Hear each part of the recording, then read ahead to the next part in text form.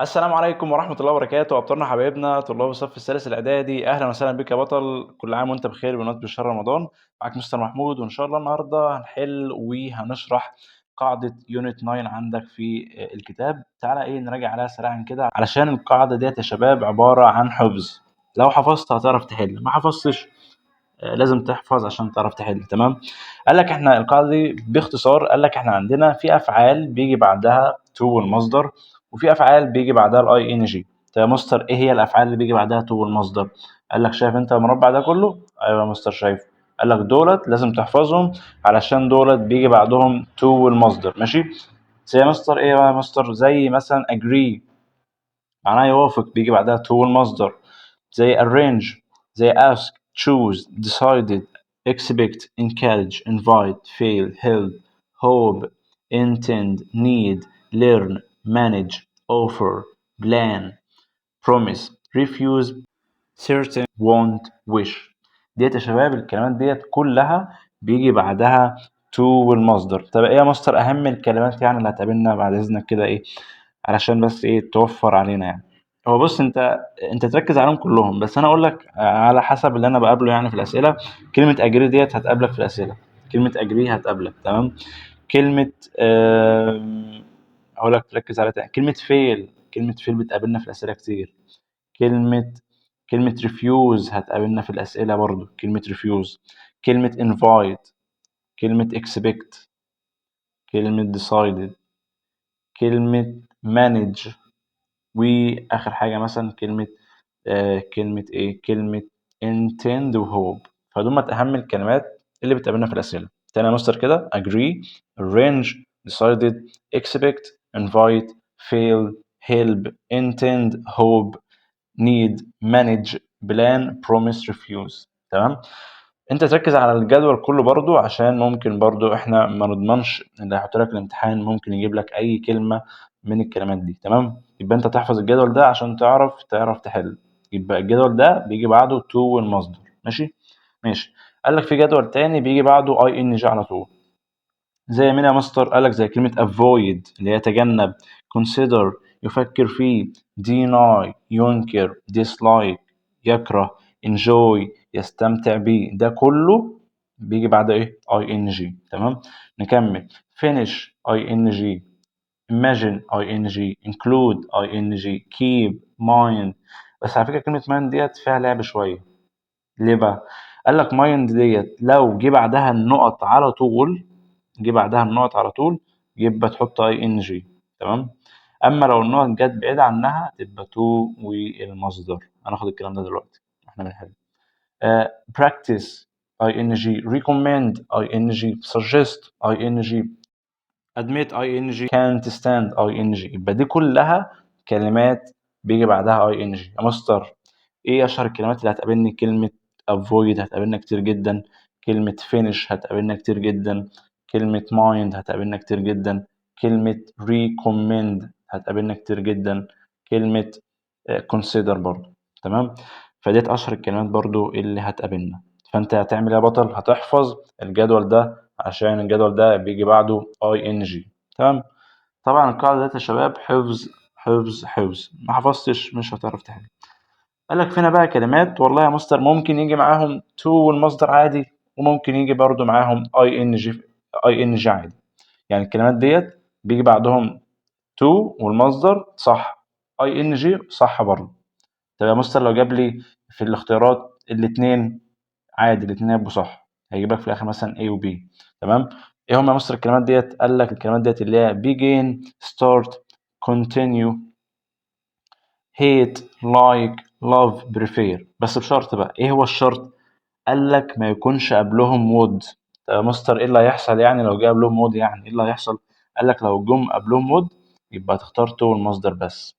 تاني كده: لو جاء قبلهم would نختار to المصدر، ما جاش قبلهم would نختار الاتنين عادي، اللي هو لا اما to المصدر او اي ان جي. سهل لحد دلوقتي ولا صعبة؟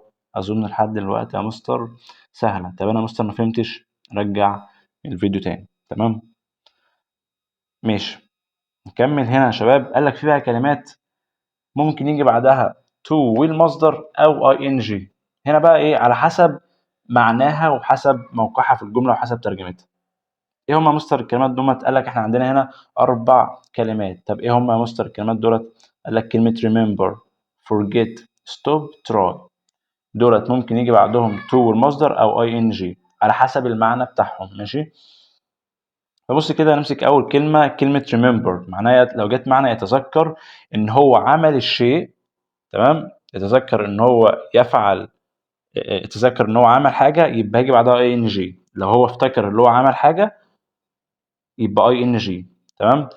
اما لو هو هيفتكر اللي هو هيعمل حاجه هيبقى بعدها تو والمصدر. مثلا كده بص كده remember، لو جه بعدها تو المصدر هيبقى ايه؟ يتذكر ان يفعل شيء ما، لسه هيعمل الحاجه دي. هو افتكر اللي هو لسه هيعملها. تمام.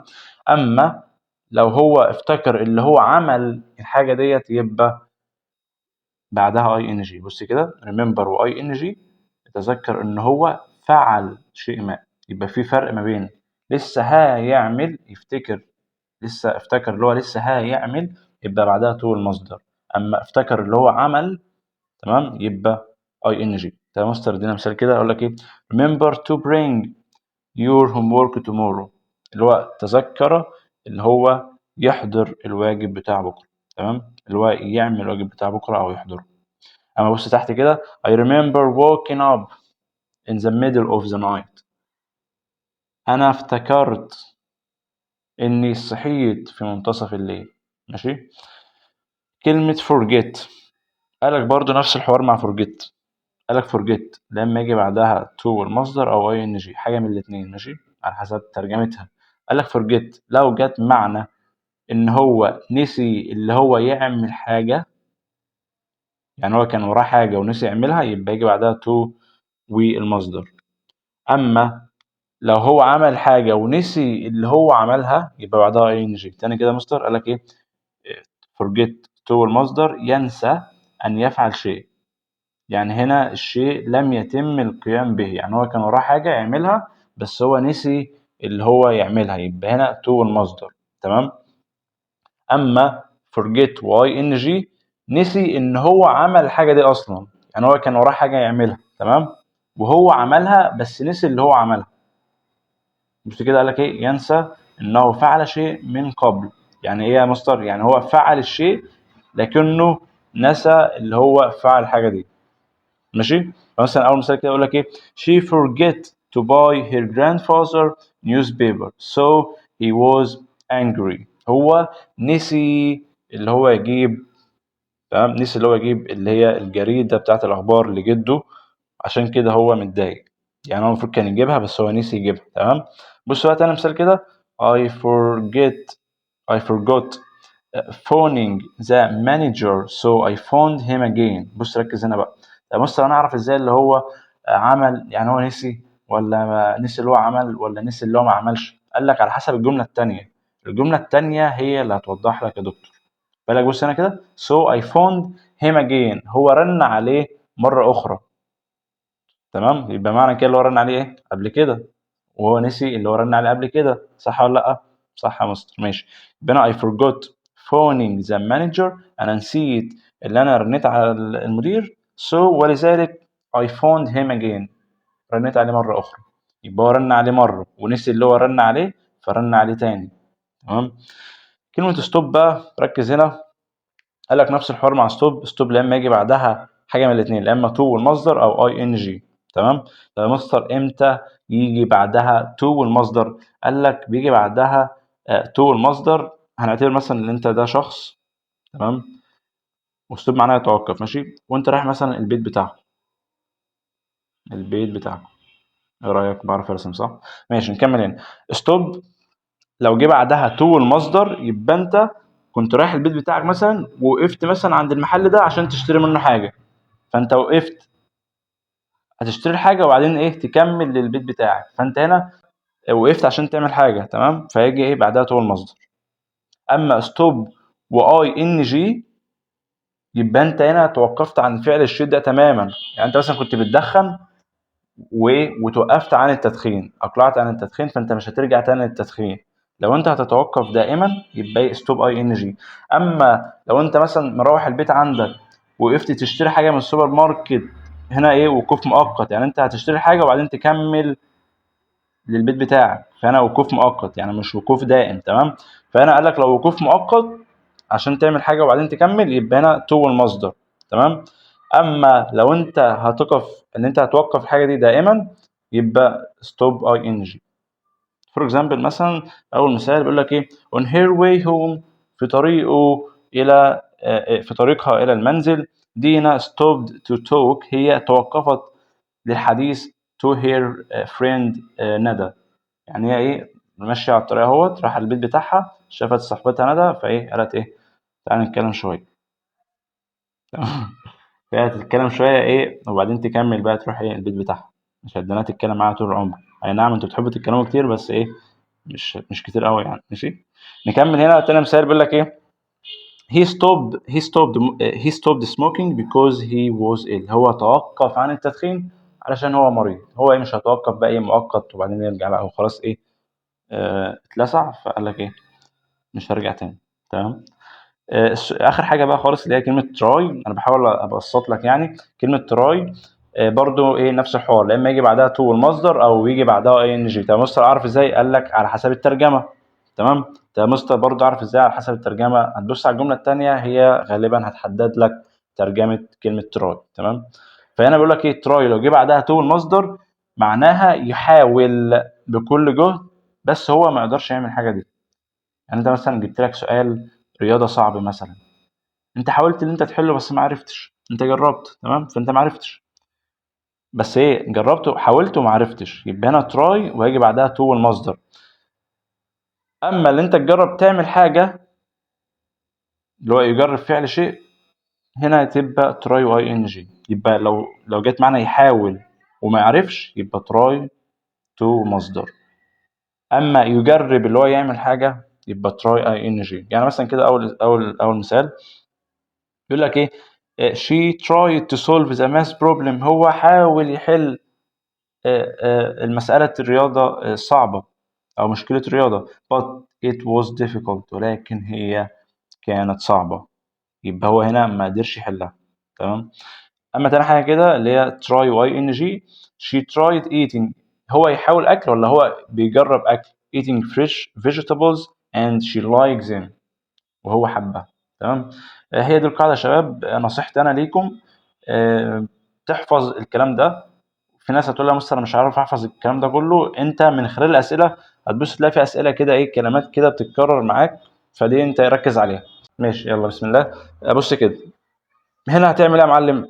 انت مش هتحل معايا اول مره، هتشوفني وانا بحل وهتحفظ بقى ان كلمه مثلا اجريد هيجي مثلا بعدها تو المصدر، فانت تحفظ بقى معايا ايه الكلام اللي هنا بقى اجريد هيجي بعدها تو المصدر فانت حفظتها. لو جيت لك تاني اعرف ان اجريد هيجي بعدها ايه تو المصدر. يعني مثلا كده قال لك ايه he agreed to the party، احنا قلنا agreed هيجي بعدها ايه تو المصدر فانت تحفظها ان agreed هيجي بعدها to زائد المصدر اللي هو to come. تمام. ماشي. I always avoid، احفظ بقى معايا كده ان avoid بيجي بعدها الفيرب مضاف له ing يبقى making. تمام. ركز بقى هنا السؤال رقم 3 بيقول لك ايه he remembered afraid not afraid of the glowing eyes ing على طول يبقى feeling. تمام. he refused احفظ معايا ان refused بيجي بعدها to والمصدر يبقى to stop to stop هنشيل حرف الاس. تمام. السؤال رقم 5 بيقول لك ايه نادر used an empty bottle water. ركز بقى هنا كده معايا. هنا بيقول لك نادر بيجمع الازايز الفارغه اللي هي empty. ليه بقى؟ علشان يعني to collect water. سهله.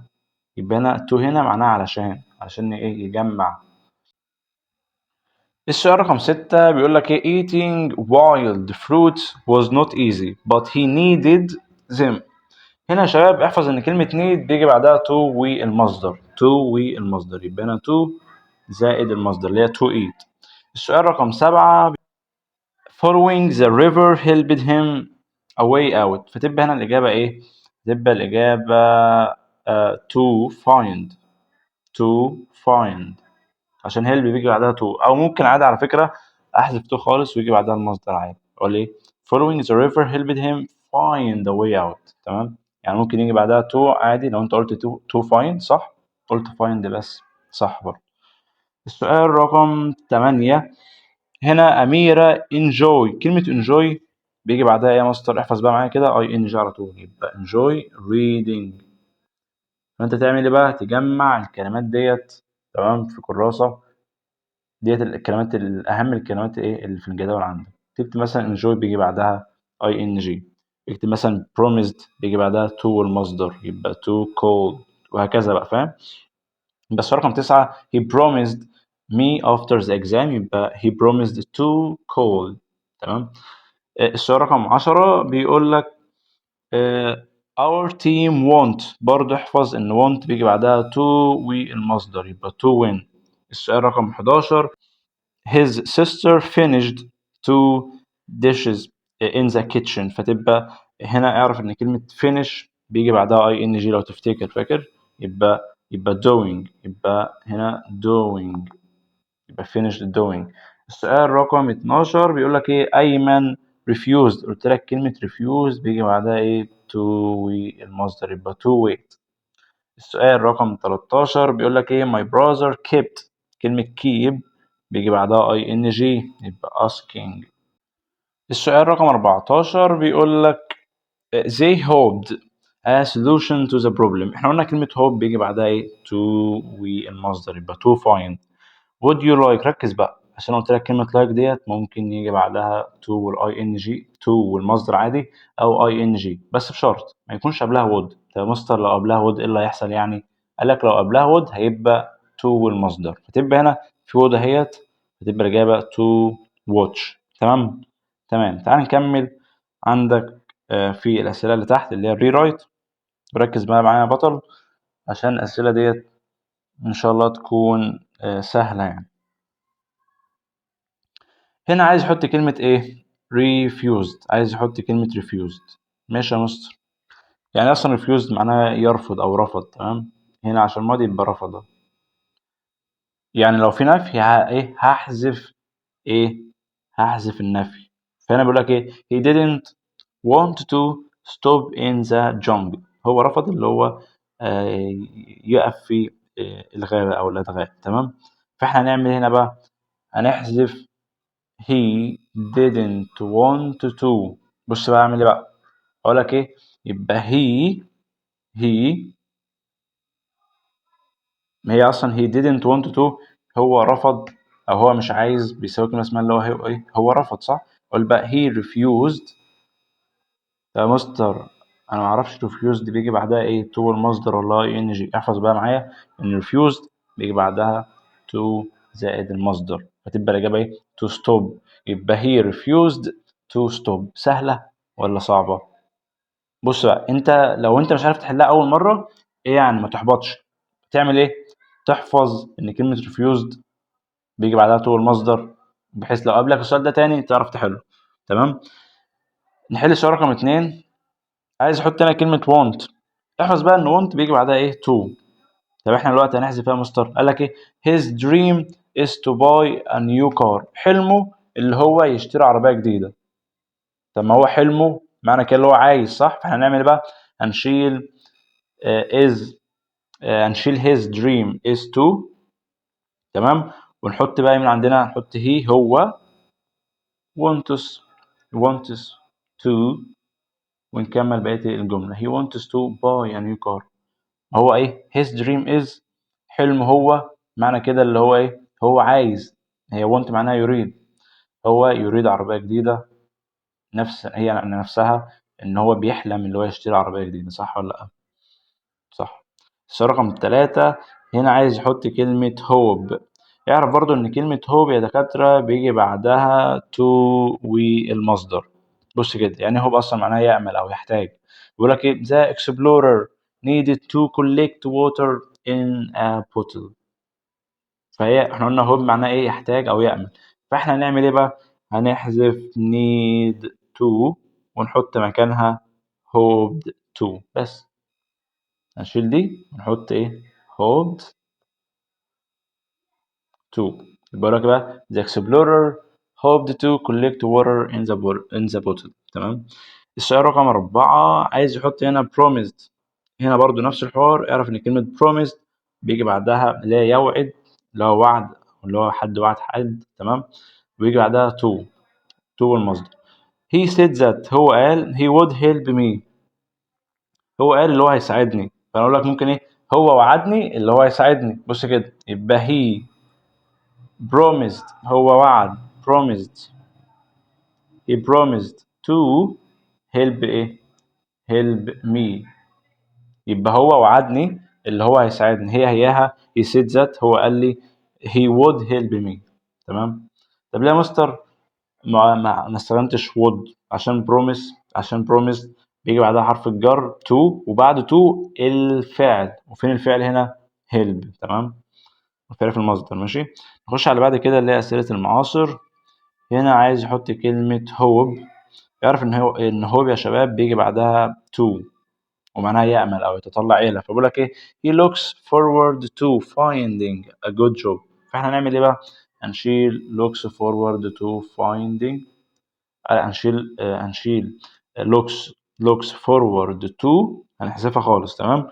بقول لك إيه، hope he hopes يجي بعدها to، والمصدر يبقى find، ونكمل بقية الجملة. يبقى إيه بقى؟ he hopes to find، ونكمل بقية الجملة اللي هي a good job. طب ليه يا مستر حذفت looks forward؟ عشان look forward معناها يتطلع إلى، هي في نفس المعنى، هو يأمل إلى. صح؟ السؤال رقم 6 هنا عايز يحط agree. اعرف إن agree بيجي بعدها برضو to والمصدر، يبقى hopes to والمصدر، agreed to والمصدر. تمام. هنا بيقول لك إيه، he said that he would give me some money.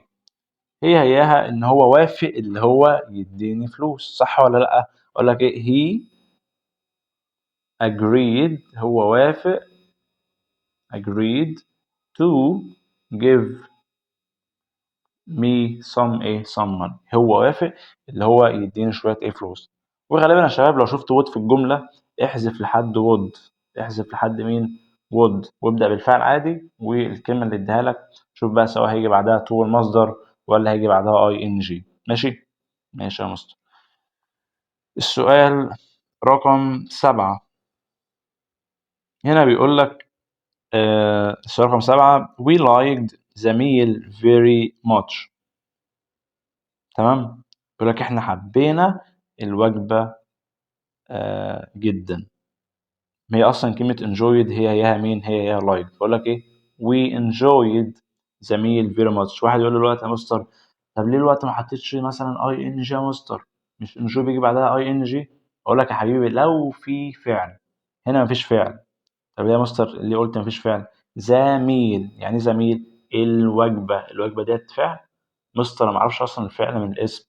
قال لك الفعل يا دكتور، الفعل بكل بساطة خالص لما تترجمه للغة العربية هتلاقي أول حرف فيه يا. يعني مثلا بلاي يعني إيه؟ يلعب، يبقى ديت فعل. eat يأكل، ديت فعل. بص كده، happy سعيد يا مستر، مش بادئة بحرف الياء، يبقى ديت مش فعل. زميل الوجبة بدأ بحرف الياء، لا يبقى ديت مش فعل، وهكذا بقى. السؤال رقم 8 بيقول لك he decided not to smoke. هو قرر اللي هو ما يدخنش. تمام. فأنا عايز أحط إيه، avoid. تعرف إن كلمة avoided أصلا بيجي بعدها ing. فأقول لك إيه، هو تجنب التدخين. صح. يبقى هي avoided بيجي بعدها ing smoking. يبقى هي avoided smoking. معذرة عن الخط القافش ده عشان بس بكتب بإيدي، القلم ضاع فإيه، تقبلوا الوضع يعني. يبقى هنا حذفت decided not to وحطيت بدلها avoid. ليه يا مستر؟ ترجم كده، هو قرر اللي هو ما يدخنش، معنى كده اللي هو هيتجنب التدخين. صح. فيتجنب يعني ايه avoid، وavoid بيجي بعدها ing. يبقى he avoided smoking. السؤال رقم 9 his decision was to play football. عايز احط هنا كلمة decided. طبعا يا شباب كلمة decided بيجي بعدها to والمصدر. decided معناها قرر. تمام. اقول لك بقى ايه، هو قرر اللي هو يلعب ايه، يلعب كورة، يبقى he decided. he decided بيجي بعدها to play ايه، play football. سهلة ولا صعبة؟ السؤال رقم 10 وده اعتقد اخر سؤال في صفحة 105 في كتاب المعاصر. هنا عايز يحط كلمة ايه، offered. يعرف ان كلمة offer يا شباب برضو بيجي بعدها to والمصدر. احنا قلنا بقى لو شفنا would هنحذف لحد مين، هنحذف لحد would، صح ولا لأ؟ ونحط نبدأ بالفعل بقى اللي هو she، ونكتب الكلمة اللي بعدها she offered. she offered offered بيجي بعدها ايه، to help me with my homework. سهلة. يبقى بص كده، في هنا شوية keywords كده تعرف تحل بيهم الجمل. لو لقيت would هتحذف لحد would، لو لقيت would هتحذف لحد would وهتبدأ بالفعل عادي، وبعدين تبدأ بالكلمة اللي هو مديها لك، سواء بقى هيجي بعدها to تحط to بعدها، أو سواء هيجي بعدها ing. وبكده يا شباب نكون خلصنا حل صفحة 104 و 105. كل سنة وانتم طيبين، وأتمنى تكونوا استفدتم، والسلام عليكم ورحمة الله وبركاته.